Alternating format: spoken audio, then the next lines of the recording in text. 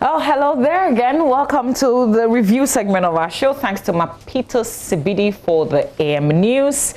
Benjamin and myself will take you through the newspapers that we have today. And then we'll also hopefully tell you what's happening in the world, internationally. Hopefully we can touch on the U.S. elections before we wrap up. Ben, you've got the Ghanaian Times, I see. Are you going to start with that? I am, in fact, going to start with that. So this morning, Finance Matters, that's the first one. It says, budget for Q1 2021. Government requests 27.4 billion Ghana cedis to carry out programs, activities from January to March next year. So that's the very first one there. It also says, President condemns NPP NDC violent clash in Odododiodoo, and a book on the coronavirus launched. Will resort to smart, responsible borrowing to address unsustainable debt regime. That's according to the NDC.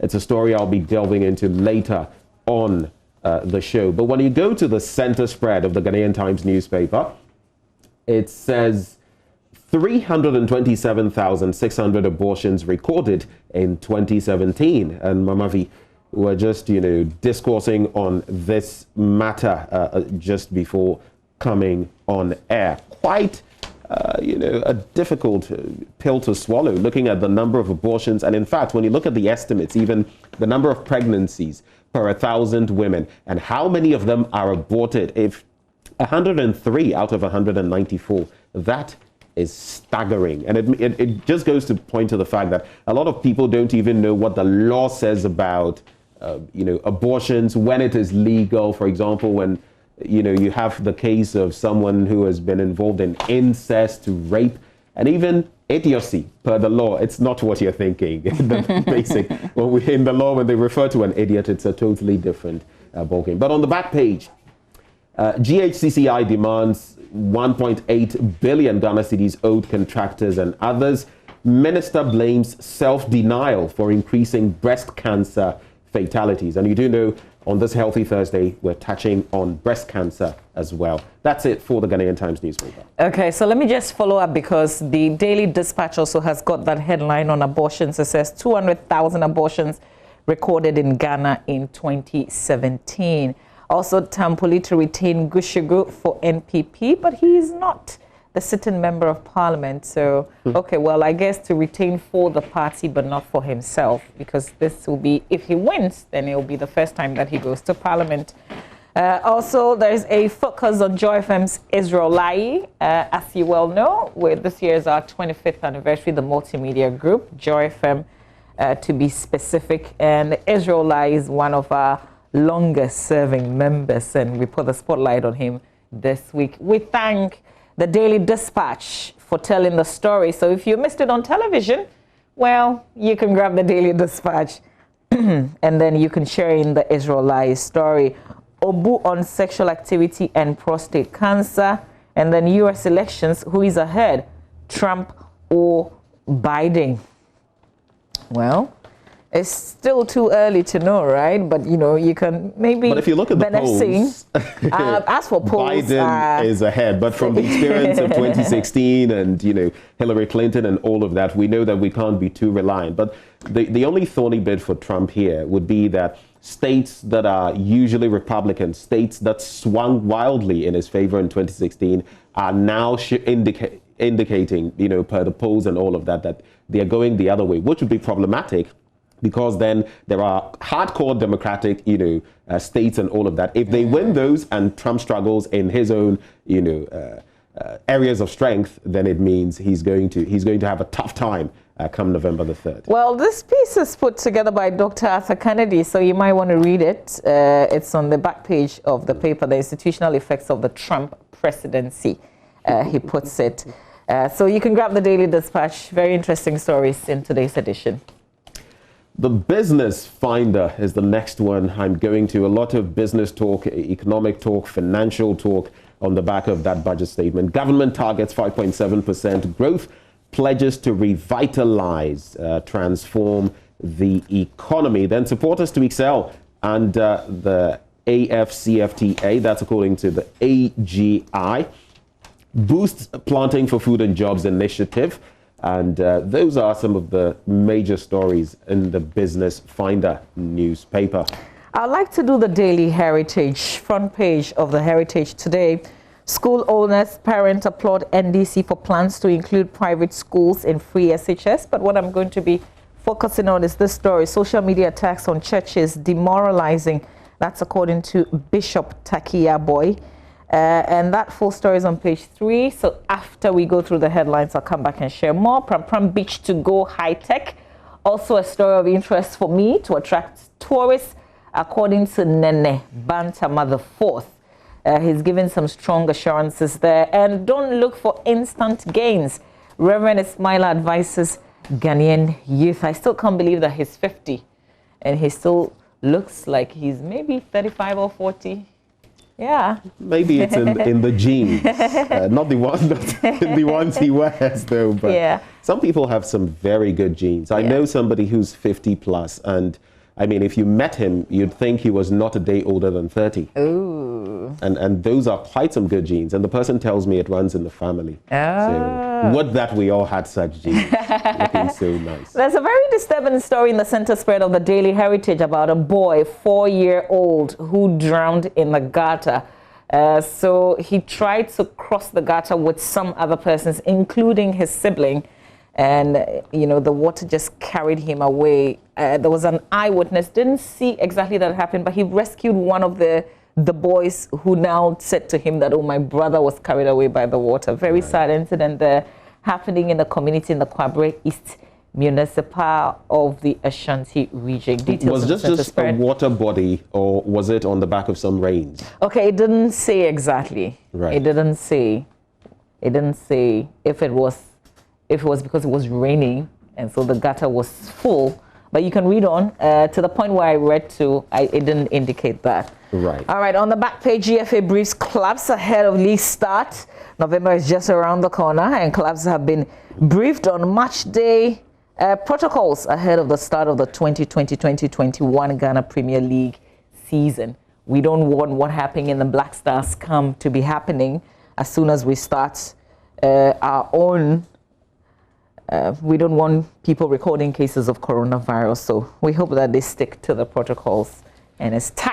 That's it for the Daily Heritage. Let's do some more business news before I come to some politics, wrap it up with that. But the Business and Financial Times this morning focusing on energy, and yesterday you were in the thick of things at the Kempinski Hotel. VRA looks to digitization electric vehicles for future growth as it launches 60th anniversary. It was quite an event that was held at Kempinski Hotel yesterday. I'm actually looking forward to what they roll out because the anniversary itself, the 60th birthday itself, if you like, is next year in April. Yeah. Anyway, so that story there. There's also government confirms takeover of Airtel Tigo. And Bati Airtel, you know, the owner basically of those shares, has decided to move out of the Ghanaian market.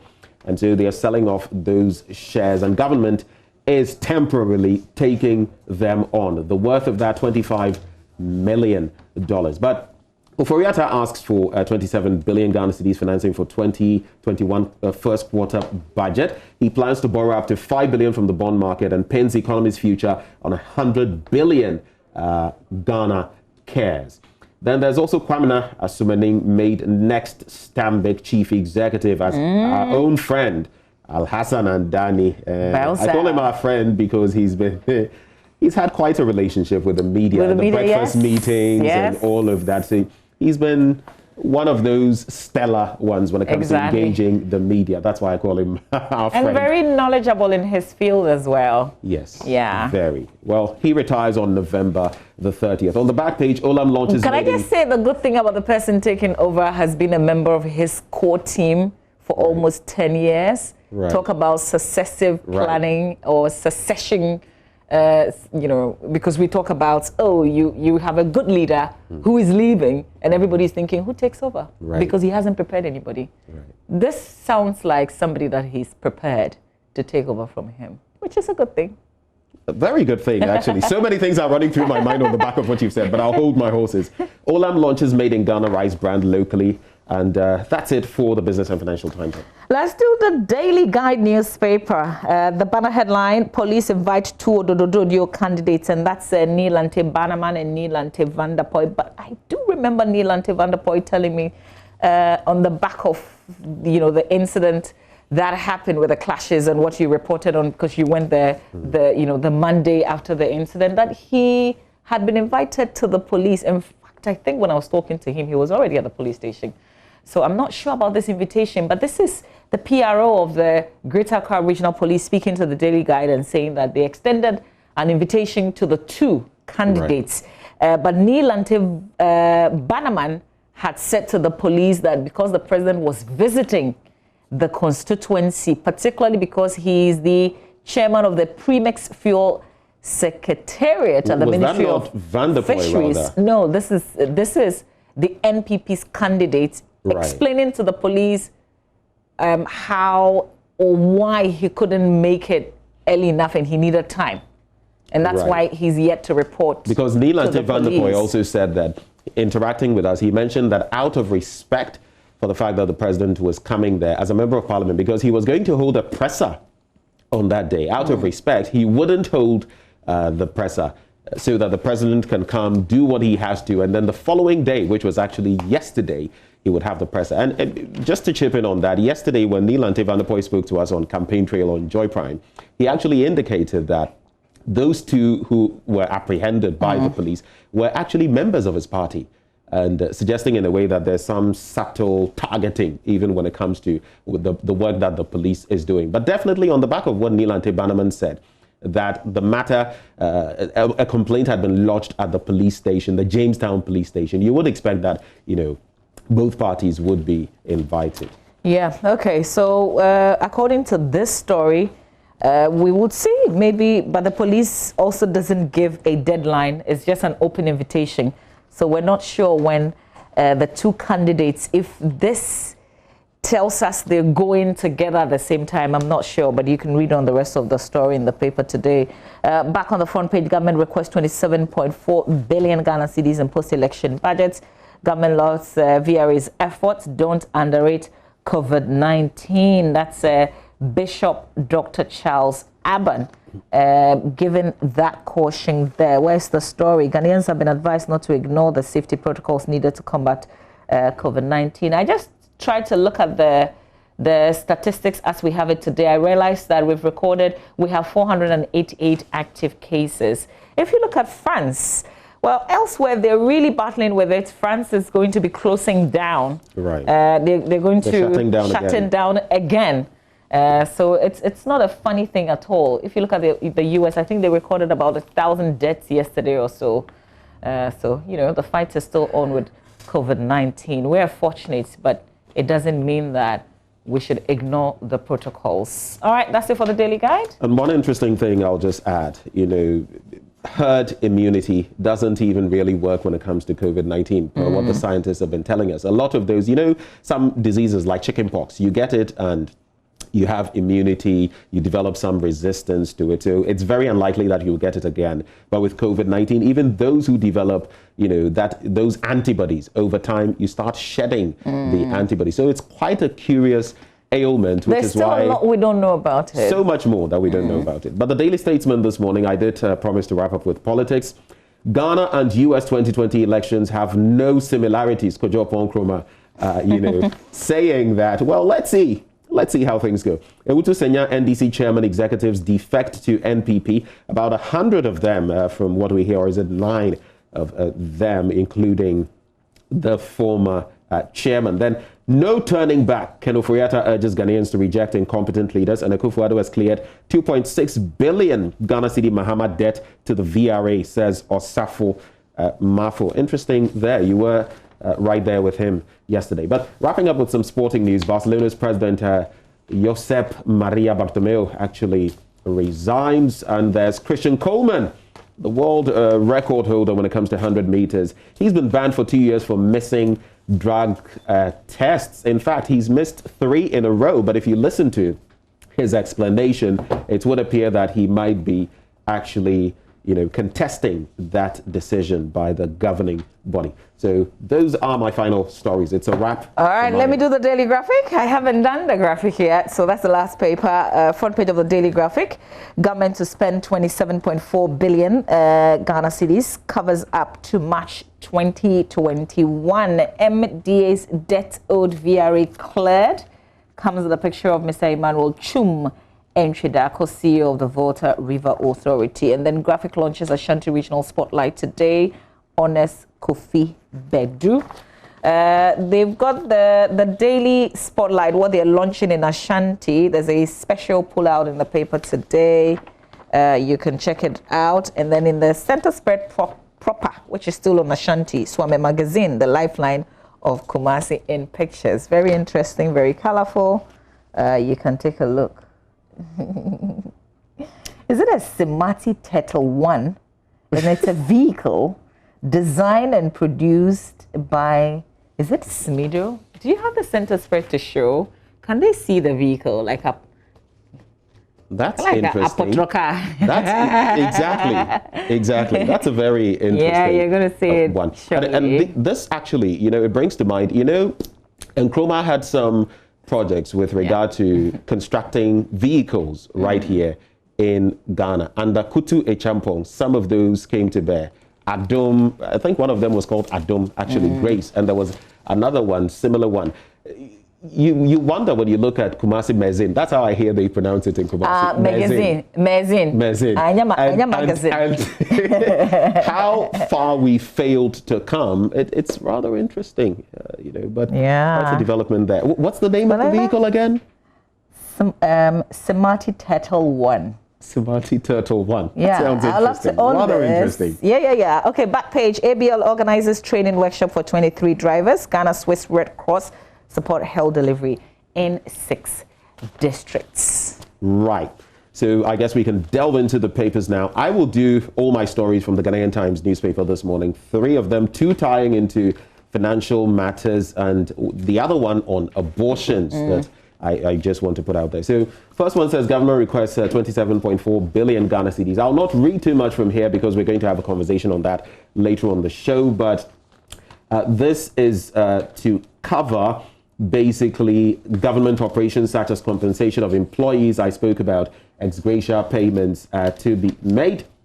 There's also interest and amortization payments, transfers to statutory funds, critical programs, goods and services, and much more. If you're wondering what exactly this complex is, later on when we engage, those who are going to be speaking to us, will delve into some of those matters when it comes to what exactly they imply. But we'll resort to smart, responsible borrowing to address unsustainable debt regime. That's according to the NDC. It's on pages 12 and 13 of the Ghanaian Times newspaper. And the story says, the National Democratic Congress said it would resort to smart and responsible borrowing to address the country's unsustainable debt regime if it wins the 2020 elections. In addition, the party says it will strengthen government institutions to be able to leverage their own financial books, mobilize the needed capital for key infrastructural projects without borrowing to add to the public debt. Sami Jemfi was indicating this yesterday. A lot of fine rhetoric when it comes to these. My only concern is these promises have been made time without number. It's not the promise that is bad. It's about the implementation. If you'd recall, you know that 63 years down the line, within these last 4 years, we've actually borrowed almost an equivalent, in fact, even more than before the first, 59 years. So you analyze these and you begin to wonder. But on this very subject, only yesterday, I saw a post on Facebook by Dr. Steve Manteyao, former chairperson of the Public Interest and Accountability Committee. Yeah. And I actually shared it. This is what he says. Debt in itself isn't a bad thing, provided one can show how prudently the borrowed money has been used. It's called accountability. Are we getting accountability? Well, the verdict, that's in your bosom. So those are the 2 stories I'll do. I think after you're done, then I'll come to the abortion. Oh, no, go ahead with the abortion. Right, so this one says a total of 327,600 abortion cases were recorded in 2017, out of which more than 200,000, representing 71% of the cases, were through illegal means. Now, The high incidence of illegal abortions were recorded despite the fact that safe abortion was permissible under 4 stated conditions under the country's law. So here's what you should take note of. Legally, rape, incest, fatal abnormality or disease or defilement of a female idiot. And in the eyes of the law, a female who doesn't have, a proper, her mental faculties are not in the proper place, may fit into this. Sometimes there are debilitating illnesses. And so for all these people, suffering these conditions, abortions are actually legal. Yet it appears people are not taking advantage of that. It is those who don't fit the category who are actually getting these abortions. And interestingly, I'll just wrap up. It says nationally in 2017,